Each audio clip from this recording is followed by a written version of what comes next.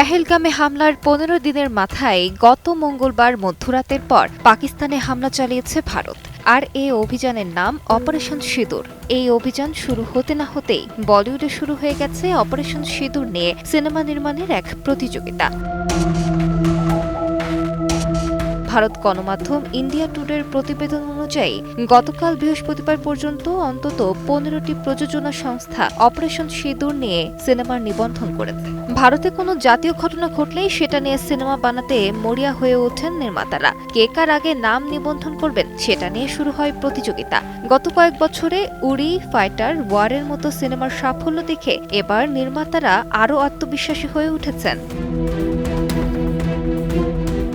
নিবন্ধন হওয়া কোনো সিনেমার চিত্রনাট্যই লেখা শুরু হয়নি, কিন্তু তারা সিনেমা বানানোর প্রথম পদক্ষেপ হিসেবে আগে নাম নিবন্ধন করে রাখছেন, এরপর সিনেমা নির্মাণের পরিকল্পনা করবেন।